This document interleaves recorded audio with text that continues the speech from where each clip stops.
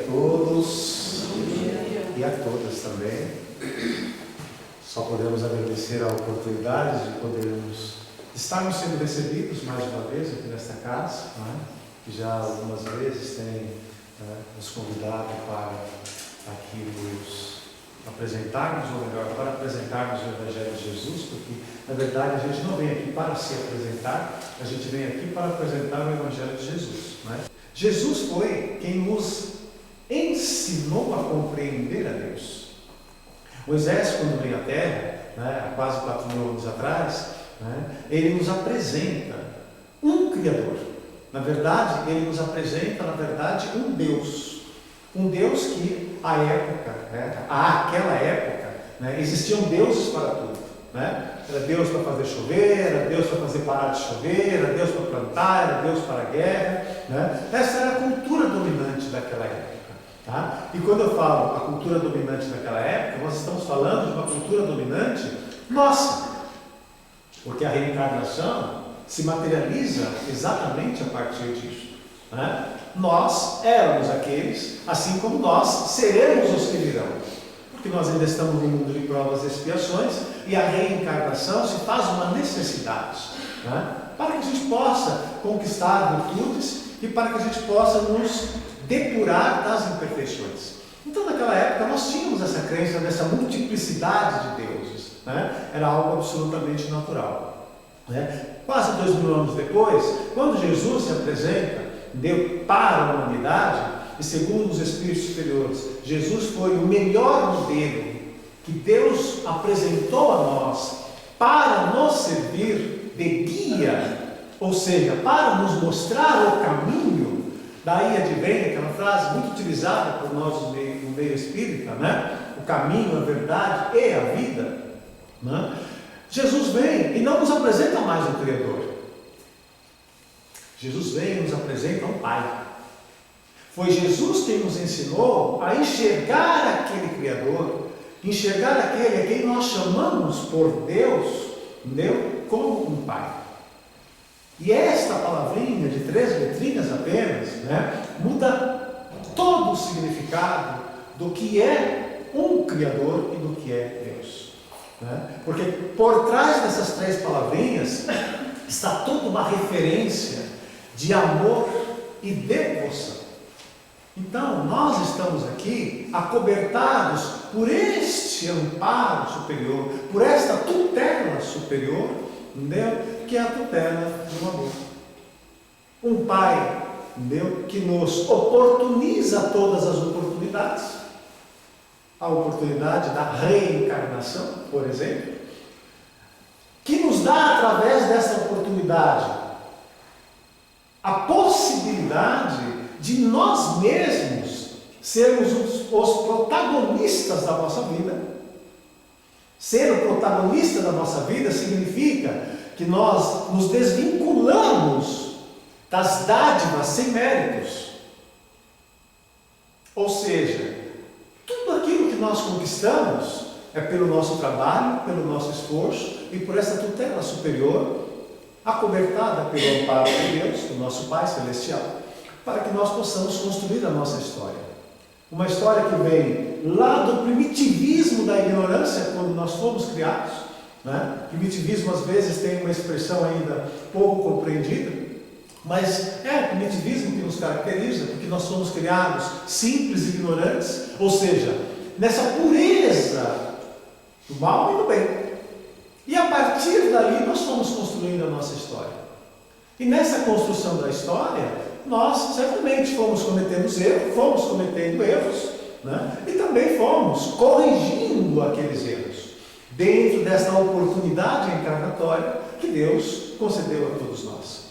Então, Deus, enquanto nosso Pai, e não e deve ser para nós o nosso modelo de referência, quando Ele nos dá a oportunidade da vida e quando Ele nos dá a oportunidade da existência, é exatamente para que nós possamos fazer esses movimentos do progresso. Mas um movimento do progresso em que nós haveremos de reconhecer, que nós ainda passamos por essas instabilidades ou por essas oscilações entre acertar e errar. Então, Deus, enquanto o nosso Pai, É esta referência maiúscula, entendeu? Para que todos nós possamos compreender de onde viemos, aonde nós estamos e aonde nós deveremos chegar. Eu acho muito interessante, né, que nós, enquanto espíritas, né, devemos ter a compreensão, ou desenvolver a compreensão, né, dessa relação natural que nós temos com os espíritos. Nós estamos aqui reunidos, né, nesta manhã, falando sobre o Evangelho de Jesus, falando sobre esse tema, né, mas não estamos sozinhos aqui.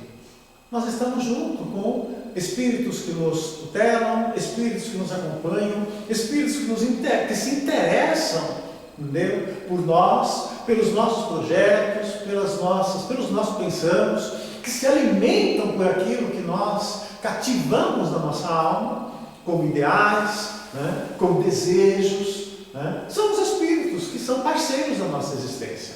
Alguns parceiros porque querem que nós progridamos, né? Que nós possamos evoluir, e outros parceiros porque, na verdade, se afinizam ainda com as imperfeições que nós trazemos, mas não deixam de ser nossos parceiros também, né? E nesta condição, é muito importante que, enquanto espíritas, nós compreendamos, entendeu? Essa relação como algo absolutamente natural, né?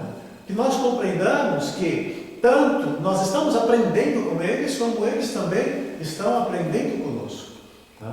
E é muito interessante nesse sentido, né, que nas relações que nós travamos, né, no nosso dia a dia de espíritas, através das reuniões mediúnicas, né, nós sempre temos um olhar, uma atenção para aquilo que os espíritos nos dizem, né? Eu me recordo certa feita, né, da fala de uma irmã espiritual, né, que ela dizia o seguinte, né, que ao fim e ao cabo, nossa origem é Deus.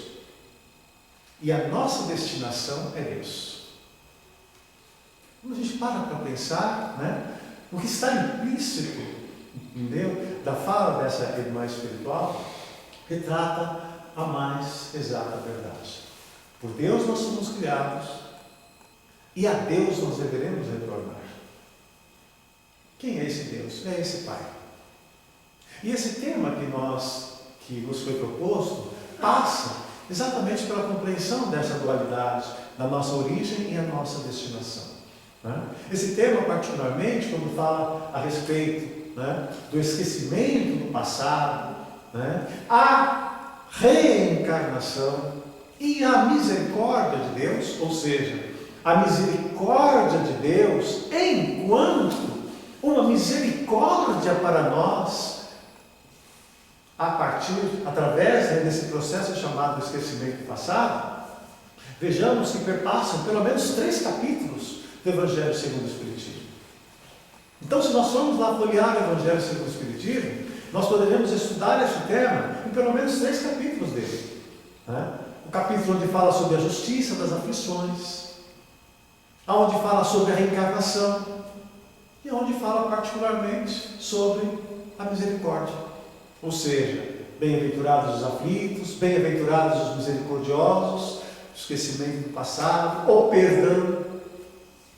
Então vejam como que a doutrina espírita, de fato, ela tem uma abertura ou uma cobertura para nos ajudar a nos entendermos dentro desse processo existencial. Muitas das vezes a gente passa uma vida inteira, né, sem conseguir entender aquilo que se perpassa na nossa vida, na vida de todos nós, né? E esses 3 temas, talvez, eles estejam nos grandes debates, entendeu? Que se instalam em nós mesmos e que se instalam no nosso entorno enquanto espíritos reencarnados. Quando nós falamos a respeito, né, da justiça das aflições, ou seja, né, por que nós sofremos? Por que nós passamos por essas adversidades da vida? Antes da doutrina espírita, né, ou melhor, antes de a doutrina espírita nos explicar esta tal reencarnação, talvez fosse muito difícil, talvez não, era muito difícil nós compreendermos racionalmente isto. E por que era tão difícil assim? Porque nós não tínhamos esta compreensão de uma origem. Qual era a origem para nós até então? A origem para nós até então era o berço. Do berço nós provínhamos. E no túmulo nós encerrávamos a nossa jornada. Então, como eu poderia explicar a diversidade que caracteriza a vida na Terra? Uns com tanta facilidade, com tantas benesses que nós atribuíamos à sorte, porque, gente, não tinha outra alternativa. Somente a sorte poderia explicar, porque um nasce na mais absoluta penúria numa favela e outros nascem nos palácios. Um nasce em que a mãe tem que escolher se ela come ou se ela dá para o filho, e outros nascem na mais absoluta fartura do comer, do vestir, de tudo. Então, antes da doutrina espírita nos explicar racionalmente o que era esta vida, ou seja, esta existência nossa, enquanto uma condição temporária na carne, e nos explicar que a nossa razão de existir não é a vida física, e sim a vida espiritual, essas questões do passado, essas questões da existência não tinham explicação racional. Então nós tínhamos que dizer que era sorte. Então, se você deu sorte e nasceu no palácio, ótimo. Se você deu azar e nasceu na mais absoluta penúria, na hora que a cegonhinha foi trazendo, ela deixou você cair no lugar, e o outro ela levou no lugar certo. Então, nesse sentido, é a partir da doutrina espírita que nós passamos a entender que o berço não era a nossa origem.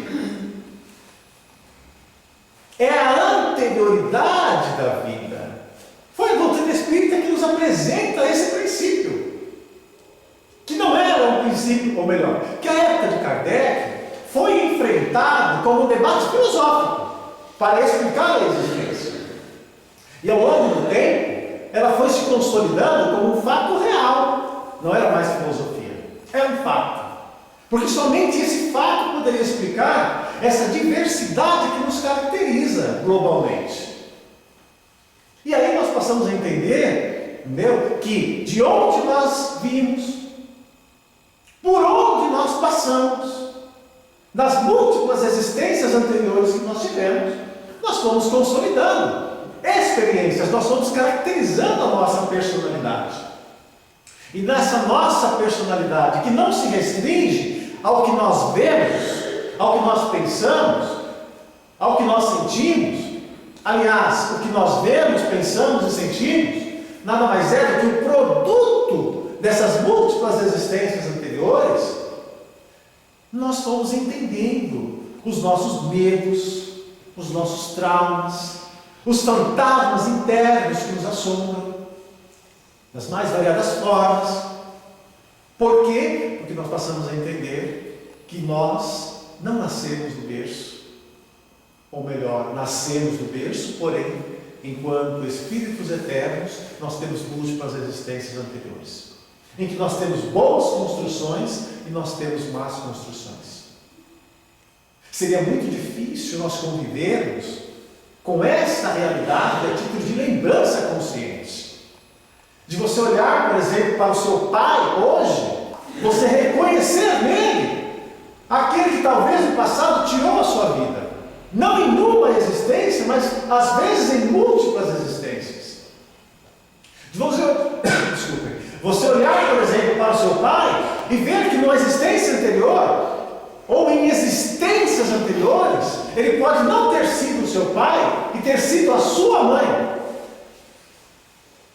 E por motivos que só o passado pode explicar, ao invés de ele ter permitido a existência, ele pode ter que abortar várias existências. E você olhar para esse pai de hoje, que foi a sua mãe de ontem, e conseguir perdoá-lo por aquilo que foi e que fez para si, como causa dos fantasmas que nos assombram ainda no presente, mesmo não nos lembrando do que foram e do que fizeram. partir dessa compreensão que a doutrina espírita nos oportuniza pelo que ensina, e quando nós falamos que a doutrina espírita nos oportuniza pelo que ensina, não é a partir daquilo que está escrito, é nós compreendermos que aquilo que está escrito é o produto do que os Espíritos nos apresentaram. Por isso Kardec tomou o cuidado de apresentar a doutrina espírita para a humanidade como a doutrina dos Espíritos, porque foram eles quem nos ditaram a doutrina, a partir da sua própria história, que nada mais é do que a nossa própria história. Então eles vêm e nos explicam o que é e por que Deus oportunizou uma nova existência para nós e nos dá esse princípio essencial, ou esse mecanismo essencial do esquecimento do nosso passado.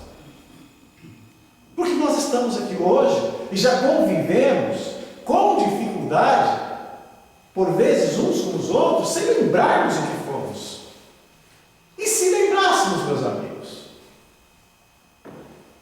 É muito bonita aquela passagem em que Jesus está lá no madeiro, sendo pregado numa cruz, e quando ele olha ao céu e pede a Deus que nos perdoe, porque nós não sabíamos o que nós estávamos fazendo. Mas isso era o Cristo, meus amigos. Nós não estamos na condição do Cristo ainda. Chegaremos, mas ainda não estamos. Então, esse tal perdão para nós ainda é um artigo a ser conquistado.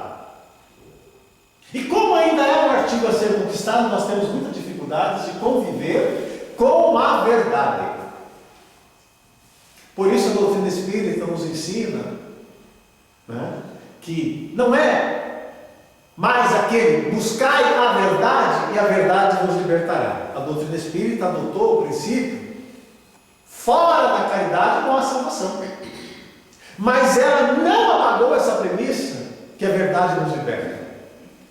A verdade continua nos libertando, gente. E nos libertando exatamente do quê? Desses traumas, desses fantasmas. Nos ajudando a compreender quem de fato nós somos, as condições que nós temos. Mostrando para nós aquilo que nós ainda não somos, mas chegaremos a ser. E necessariamente, este artigo chamado o perdão, talvez seja ainda um dos grandes debates a serem, encampados por nós. Porque perdoar aqueles que nos amam, meus amigos, é muito fácil. Aliás, eu vou dizer que é fácil. Muito fácil, talvez seja também um exercício. Por que isso? Porque quando tudo dá certo, é fácil perdoar.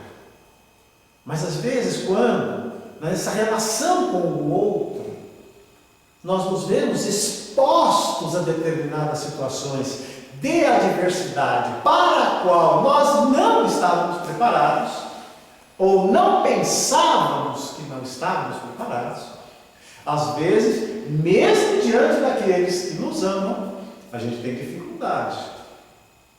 Como é que a gente reconhece isso? A gente reconhece isso quando toda vez que nós encontramos aquela pessoa e lembramos o que aquela pessoa fez, a nossa primeira reação é nos remeter àquelas sensações de dor e sofrimento impostos por aquilo que aquela pessoa fez. Então significa o quê? Que eu ainda não perdoei. Na sua acepção maiúscula da palavra, eu ainda não perdoei, porque quando eu olho para ela, a primeira coisa que me veio foi o que ela fez.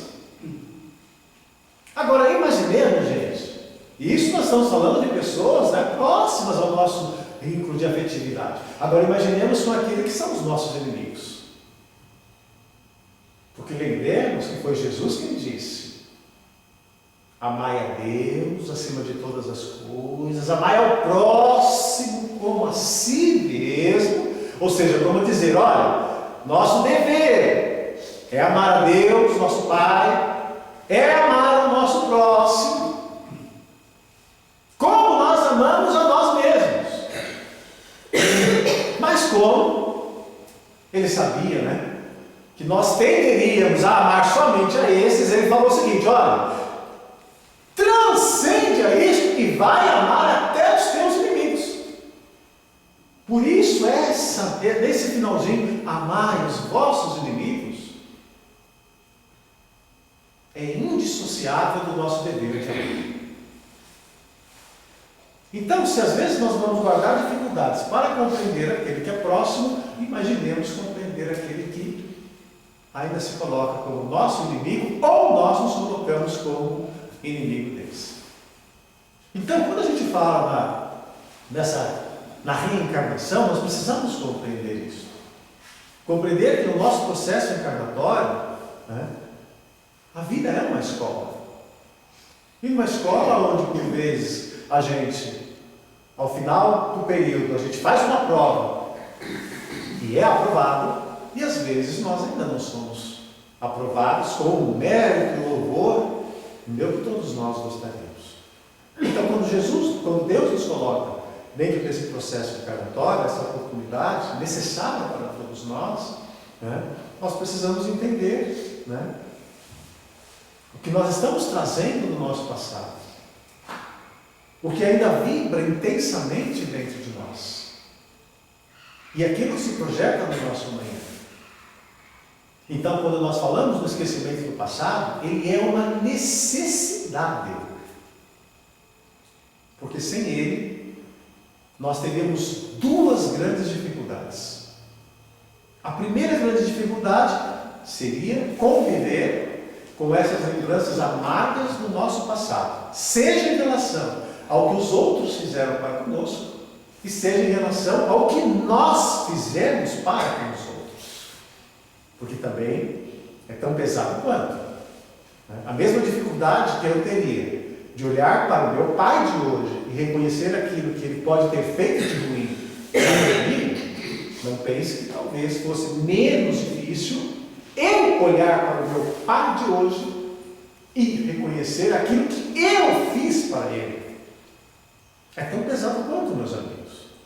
Então, o esquecimento do passado não anula essas questões, mas modula essas questões para que nós possamos conviver minimamente apenas com os reflexos do inconsciente na nossa vida consciente de agora.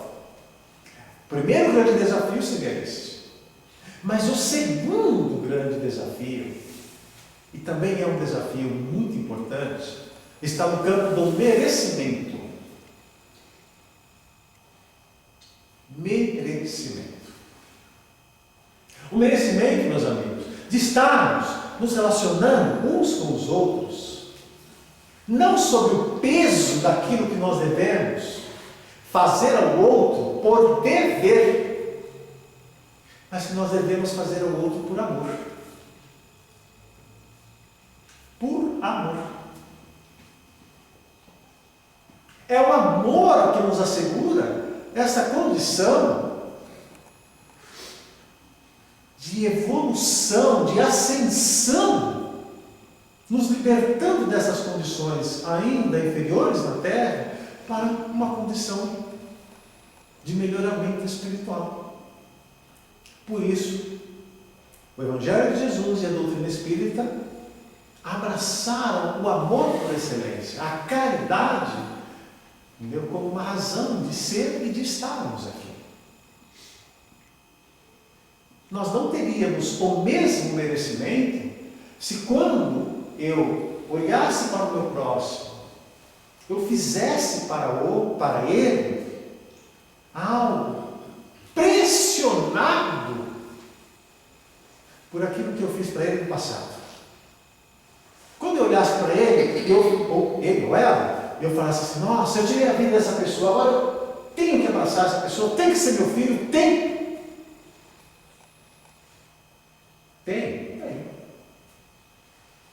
Agora, o merecimento não é muito maior quando nós olhamos para esse mesmo Espírito e nós abraçamos esse mesmo Espírito sem o peso do tem que, e sim pela voluntariedade que que irradia de uma alma, que abraça o seu próximo, sem estar pressionado e obrigado a fazer nada. Que foi isso que aconteceu com Jesus. Quando Jesus veio à Terra, ele não veio porque ele tinha que. Ele veio por amor ao mundo de Deus. Então, esse desafio do merecimento, ou a construção do merecimento, para nós, realmente ainda é um grande desafio. O desafio de nós fazermos simplesmente por amor. Então, quando nós falamos do esquecimento do passado, é exatamente para quê? Com o passado esquecido, mas não apagado, nós consigamos ter o mérito das escolhas. Por isso nós iniciamos a nossa fala falando sobre o protagonismo da nossa vida. Sermos nós os protagonistas das nossas vidas. Sermos nós os únicos detentores e responsáveis pelas escolhas que nós fazemos. E não mais fazermos uma escolha, porque eu fui no centro espírita, passei no atendimento fraterno, e lá no atendimento fraterno alguém chegou para mim e falou que eu devo perdoar o meu próximo, que no meu passado, ele foi meu pai, foi minha mãe, foi meu filho, eu prejudiquei, eu tirei os seus bens, eu levei ele à ruína, então hoje eu tenho que suportar aquilo que é decorrente dessa relação tão dificultosa do passado. Ou porque eu fui no centro espírita, e no tal centro espírita, lá tem um trabalho onde os espíritos falam para as pessoas, né? E lá o espírito falou que eu tenho que suportar porque esse é o meu karma. Então eu suporto aquela pessoa não porque eu amo a ela, eu amo a ela, mas porque o espírito falou para mim que eu tenho que suportar aquela pessoa. Aí a grande pergunta é: se o espírito não tivesse falado isso para mim, eu a suportaria? É por causa disso que nós dizemos, meus amigos, que a doutrina espírita tem pouco mais de 160 anos. Na verdade, ela não tem ainda 2 gerações de espíritas. É por isso que nós dizemos que tão nova é essa doutrina para nós, que nós ainda somos muito mais o judeu do passado, nós ainda somos muito mais o fariseu do passado, nós ainda somos muito mais o católico do passado, o evangélico do passado, do que o espírita do presente. Porque essas nossas construções e vivências do passado ainda são muito mais fortes em nós do que a consciência espírita do hoje. Então nós ainda retratamos os nossos comportamentos muito mais nessas expressões, porque isso ainda nos toca muito a alma.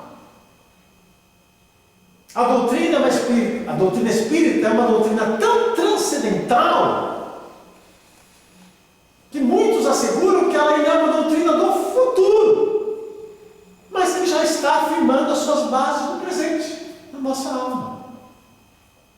Então, quando nós falamos, né, que eu vou naquele centro espírita, eu faço porque lá disseram para fazer, eu vou no outro, eu faço porque o Espírito falou para fazer, nós ainda não somos livres. Verdadeiramente, ainda não somos livres. Eu faço por um aprisionamento de ideias. E a doutrina espírita tem como proposta maiúscula tornar-nos seres livres e autônomos nas nossas escolhas e decisões. Porque somente assim nós temos o merecimento em tudo aquilo que nós fazemos ou deixamos de fazer. Então, não tem outra designação que nós possamos dar do que enxergar para o tal esquecimento do passado no processo reencarnatório como uma misericórdia de Deus, que reconhece nos seus filhos as limitações que nós ainda temos e nos dá por misericórdia a oportunidade de nos reencontrarmos no mesmo processo de vida, olhando uns aos outros, sem sem o peso das lembranças amargas que foram construídas no nosso passado existencial, e assegurando a todos nós que as virtudes daquele passado existencial possam se sobrepor aos defeitos. Então olha como é uma misericórdia, gente. O esquecimento do passado permite que eu traga do passado as boas coisas que podem me ajudar na minha relação com o próximo. E deixa num plano secundário, produto das más coisas que me envolvem com os outros. E nessa supremacia das boas coisas e na modulação das más para baixo, é que a gente consegue ser mais livres para fazer melhores escolhas de um para com os outros, sem estarmos aprisionados pelo mal feito e não estarmos também aprisionados por um ditado dos espíritos ou de quem quer que seja, para fazermos as escolhas certas. Ninguém evolui ou progride pelo mérito de alguém dizendo: faça isso, deixe de fazer aquilo. Nós só crescemos e evoluímos a partir dessa relação consciencial de nós fazermos as escolhas pelo protagonismo do conhecimento que nós trazemos. Então, quando nós falamos a respeito, do esquecimento do passado, do processo reencarnatório e a misericórdia de Deus, é porque não há outra designação que nós possamos dar que não reconhecermos que somente a misericórdia de Deus, que transita pelo amor do Pai para com todos nós, para permitir que a gente possa retornar para a existência do corpo físico, defrontando-nos com aqueles que precisam estar. Nós costumamos sempre dizer que Deus não erra nem na medicação e nem na dosagem. As dificuldades que nós temos é porque nós ainda necessitamos delas. As pessoas, por vezes, mais difíceis, aquelas com quem nós ainda temos certos conflitos de opiniões, de ideias, são as pessoas que têm que estar na nossa vida. Nós estamos no lugar certo, nascemos no lugar certo, está tudo no lugar certo, mas nós ainda precisamos trazer toda essa certeza para dentro de nós. E Deus nos colocou onde nós necessitamos. E Ele nos dá, por misericórdia, o esquecimento do passado, para que nós possamos, tenhamos a condição de não conviver com o que nos assombra, na forma de traumas, medos, limitações, e para que nós possamos trazer o que nós consolidamos de bom, de certo, de valoroso. E é nesta relação entre o que deu certo e o que não deu, que o esquecimento do passado nos ajuda para que nós possamos hoje estarmos construindo um novo ser e de fato sendo os grandes protagonistas da nossa história. E isso só acontece por esse Pai maiúsculo que nós temos, que Jesus nos apresentou a compreender como um Pai de amor, de misericórdia, mas um Pai de justiça. E o que é a justiça de Deus, meus amigos? A justiça de Deus é aquela que se assegura a nossa autonomia para fazermos errado, também nos dá a oportunidade de nos submetermos ao resultado das nossas escolhas. Essa é a justiça de Deus. Mas não é mais aquela justiça em que se eu usei meu braço para tirar a vida do outro, nessa existência ele vai cortar o meu braço, na mesma, olho por olho, dente por dente. Não. Se nesta existência o meu braço está sendo útil e necessário para fazer a caridade, Deus não precisa arrancar o meu braço apenas para eu pagar o que eu fiz para o outro. Mas eu vou me defrontar com eventuais limitações na vida, para que hoje eu possa valorizar o braço que eu tenho, não para servir a mim, mas para servir ao outro. Aí está a misericórdia de Deus. É a misericórdia de Deus que reformula aquele conceito anterior ao Cristo da lei do olho por olho e do dente por dente. E no seu amor e na sua misericórdia, Ele dá a cada um de nós aquilo que nós temos por absoluta necessidade. Eu sei que muitas das vezes as pessoas, né, quando se lembram dos seus ascendentes, pais, avós, né, às vezes lembram mais, né, daquilo que não deu certo. Mas não, gente, lembremos que eles foram instrumentos de Deus para que nós pudéssemos ter chegado aqui.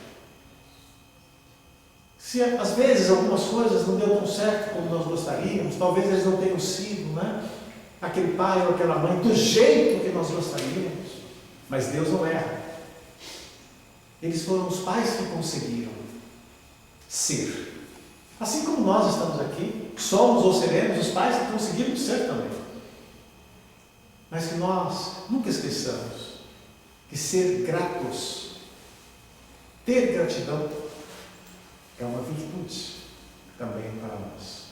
Então, sermos gratos pela oportunidade que eles nos deram é tão louvável e necessário quanto a gratidão que nós devemos ter ao nosso Pai Celestial por nos ter concedido, por nos ter criado e nos ter concedido a existência como uma oportunidade de progresso para todos nós. Jesus abençoe a todos, que no dia todo, e até uma próxima oportunidade.